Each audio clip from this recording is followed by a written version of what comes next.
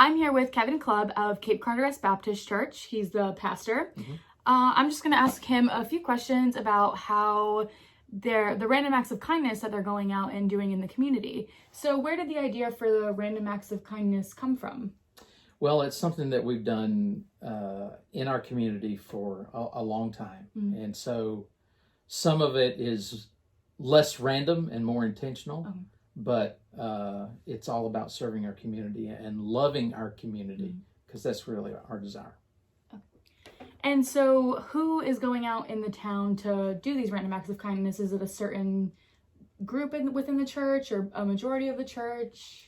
Well, some of it is through ministries that we support, like Backpack Friends, which at one point, when this first really began to lock down everything, we were packing about 800 bags of food a week that they were passing out to kids in some of our local schools and different organizations.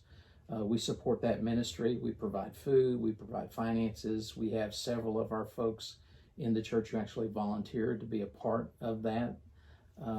So that's going on. We also contacted our local schools and asked primarily principals and guidance counselors, were there any families that you guys knew of in particular that had needs that we could help with? And so I think so far we've provided gift cards, food gift cards to about 70 families through the local schools. We also have some of our deacons who have gone to one of our local grocery stores in the mornings, early in the mornings, and just stood there and working with the managers at the grocery store. They've offered to pay for groceries of people who are coming through checkout. And we purchased just over $3,000 worth of groceries last week, and they'll plan to do that again this coming week. One of our other members had been collecting items for little personal hygiene packs, and she has put together 100 of those little packs, and she's working with the guidance counselors at some of our local schools to provide those as well. So those are the kinds of things we're doing. We support local organizations. Our church is doing a special baby bottle fundraiser for the Coastal Pregnancy Care Center. So we're supporting that ministry as well. So those are the kinds of things we're doing in our community. Great. I had heard the story of the deacons going to Food Lion, and that was what actually sparked this. Great. So you said that you guys have put a lot of money into this. Where does the funding come from for all of these types of things? Well, all of the funding for our church ministries comes from our folks, the people who are a part of our church family. So we trust that even in uncertain times like this, that God will provide to meet the needs that we have to continue to demonstrate His love to our community. And our folks have been very faithful, and they've been very generous to continue to give and to support these kinds of ministries in our community. Great. So have you personally gone into the community to do any of these acts of kindness?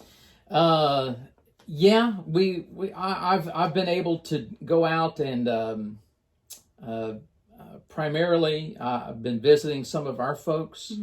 We've been looking after particularly our senior adult community, people that at this particular time have felt more isolated than even they were before this. So we've been out caring for them. I've also been personally involved in what we've been doing on the weekends on Sundays, since we can't gather in person. We've been having drive-in service over at Mac Daddy's here in Cape Carteret, and so we've got a team who've been putting that together.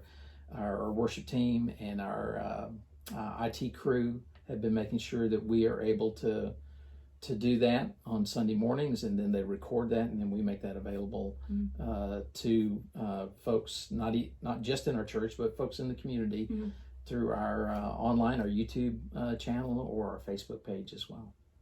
And how long do you think that you guys will continue to do the drive-in services? Do you think that seated church services might be able to resume back in the building, or do you think that drive-in will be going on for a bit? Yeah, I wish I could tell you. Oh. I really don't know. I think the phrase that we're using to help kind of guide us through this time is creative carefulness. So we recognize that things are different, that normal is going to be different than it was before all of this. And so we recognize that our rights to gather are protected under the Constitution, but we also need to exercise wisdom and discernment about what's best to do and when is it best to do that. And so we're continuing to have those discussions. We would like to. We're working towards getting back to in-person gatherings, but and even when that happens, it's going to be very different than what it was before all of this. Yeah, of course. Well, good luck as you move forward. Hopefully things will somewhat get back to normal soon. And thank you for the interview. You're very welcome. I'm Caramia Valentin, and this is Carteret News-Times.